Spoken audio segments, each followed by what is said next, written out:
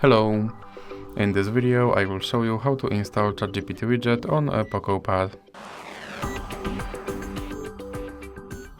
So you have to start by opening your Google Play Store, then click on search bar and type in Wally AI and click search, and now click install. Now click open, and then click on this button to skip introduction and click not now. Then click open permissions and select AI assistant, and now click here to allow this app to display over other apps. Then you can go back and go back again, and now click start. And as you can see right here, there is my ChatGPT widget, and I can tell him to do something.